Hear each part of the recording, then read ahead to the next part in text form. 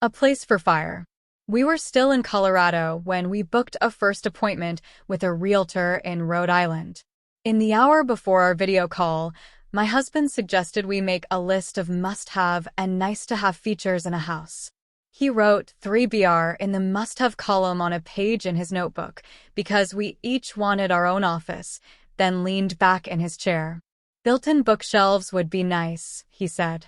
We've always wanted built-in bookshelves. We didn't yet know we were going to run out of space in the shipping container we'd rented and would have to throw out all the shelves we owned. A fireplace, he added thoughtfully. I went into my strident mode, a part of my bad personality that for some reason I cannot change. A fireplace isn't optional, I said, taking the pen and writing fireplace in the must-have column. I'm not going to buy a house without a fireplace. We'd spent 11 years in Denver, all in the same apartment, not because we liked the apartment so much, but because every year, when our lease renewal came up, we never felt much like moving. We had moved out there from Boston with 80 or 90 boxes of books, and we didn't want to pack them up again. We kept hitting that snooze button. Finally, John convinced me to move back to New England.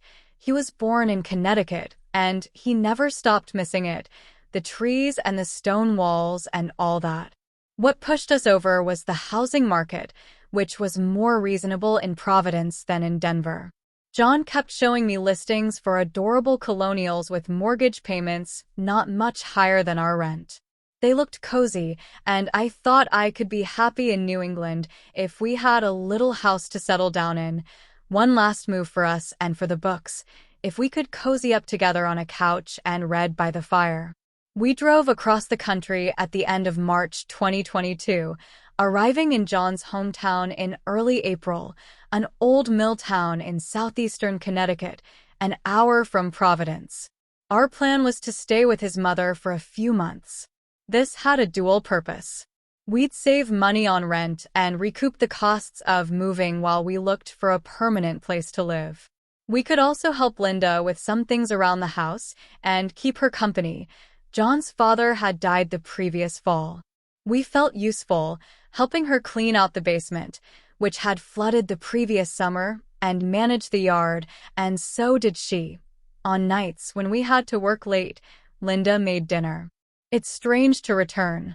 I lived in Boston in my 20s, and now I'm in my 40s. One weekend in April we visited friends in Cambridge, then stopped in Harvard Square to buy Linda a Mother's Day present. There was still a bitter chill in the wind that morning, and as we drove around looking for a spot to leave the car, we kept passing places where I remembered being cold. Once I slipped on some ice coming out of a bar on Mass Avenue. It must have been 2007. There was frozen, jagged snow all over the sidewalks, and I tore my jeans and scraped up my knees and the palms of my hands. A couple days later, I got food poisoning. It was particularly miserable, vomiting while down on my wounded knees. During the spring and into summer, whenever anybody asked me how the house hunt was going, I'd make the same unfunny joke. We're facing two problems, I'd say, and they're related. The places we like, we can't afford, and the places we can afford, we don't like. During the 9 or so months between our decision to move and the actual move, housing prices had gone up something like 25%. We had told our realtor the absolute top of our range. A week or so later, he asked for a reminder of that figure, quoting back a number $50,000 higher than the one we'd given him. I didn't know how to respond. The places in our price range lacked our must-have features, to say nothing of nice ones. I felt like a fool. When I was 12 or so, my parents converted their wood-burning fireplace to gas. The idea was that it would be so much easier to light and extinguish that we'd use it more often. But the fireplace lost almost all of its appeal. It no longer gave off any real heat, and it didn't smell delicious. It didn't smell like anything, and worst of all, it didn't crackle.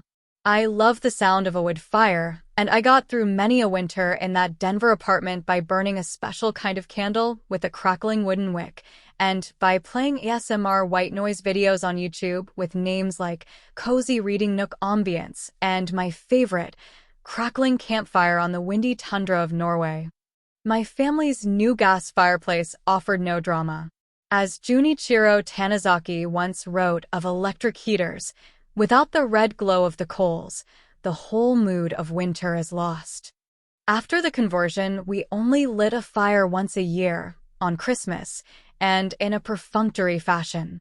In Providence, I thought we might have to settle for a gas fireplace.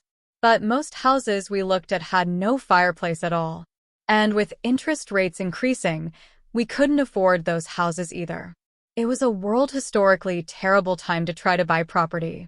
People kept saying that prices were bound to come down eventually, so we decided to wait. We had a place to live. I thought I could do it, not indefinitely, maybe, but almost indefinitely. Then in October I sprained my ankle. I was on crutches for a week, and wore an orthopedic boot for several more. I missed long walks desperately. My anxiety ratcheted up. We told our realtor we'd start looking again after the holidays. Around Thanksgiving, I started having nocturnal panic attacks.